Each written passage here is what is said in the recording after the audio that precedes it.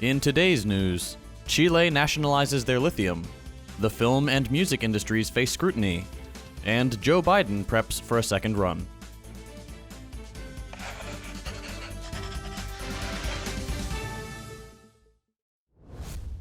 On Thursday, Chile's left-wing president Gabriel Boric said he would nationalize the country's lithium industry. Chile is the world's second-largest producer of the metal, which is essential in electric vehicle batteries, and they aim to boost their economy and protect their environment. Chile is expected to transfer its vast lithium operations from industry giants SQM and Albemarle to a separate state-owned company. If we look at historic precedents, Chile's strategic choice in protecting national economic interests from both foreign and domestic market forces through nationalization could potentially lead to severe backlash from developed economies such as the US. This follows a trend of other countries nationalizing key battery materials and other relevant industries, such as Mexico's nationalization of its own lithium deposits last year, and Indonesia's ban on exports of nickel ore in 2020. In a nationwide televised address, Boric said, "This is the best chance we have at transitioning to a sustainable and developed economy. We can't afford to waste it." Boric says state-owned Codelco, the world's largest copper producer, will be tasked with finding the best way forward for a state-owned lithium company, and will seek approval from Congress for the plan later this year. Unsurprisingly, Congress has been a lead weight on many of Boric's more ambitious proposals, from nationalization to tax reform.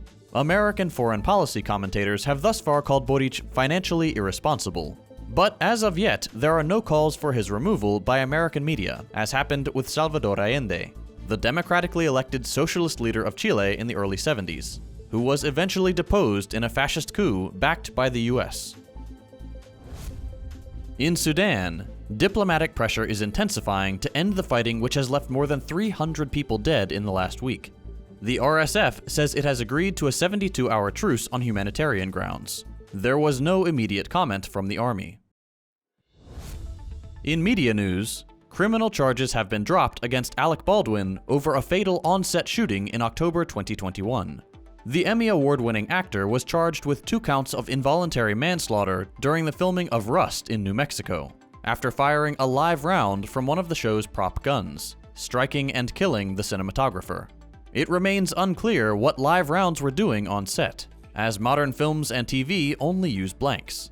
The main accusation against Baldwin was his display of reckless disregard for the safety of his colleagues by even pointing the firearm towards other people, regardless of whether or not it was loaded. Currently, Baldwin is not absolved, as a follow-up investigation has been initiated. The death of K-pop star Moonbin has shocked fans around the world, and once again highlighted the pressure massively competitive, heavily contracted, for-profit performers face.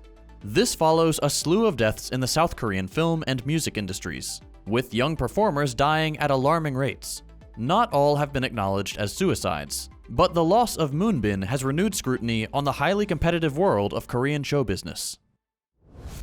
On Thursday, Elon Musk's Twitter began a purge of blue verification checkmarks for users who have not signed up for its subscription service, with the checks disappearing from the accounts of journalists, academics, and celebrities.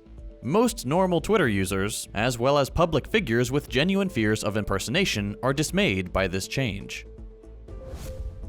In US election news, if it wasn't official before, it certainly is now. US President Joe Biden will formally announce his bid for a second term as soon as next week, with a campaign-style video set to be released to definitively answer the question of whether he will run again and ignite an aggressive fundraising effort to help Democrats hold the White House. In finance, according to the recent Banking on Climate Chaos report, banks have pledged to go green. But last year, they poured billions of dollars into expanding the capacity of fossil fuel production despite the accelerating climate crisis.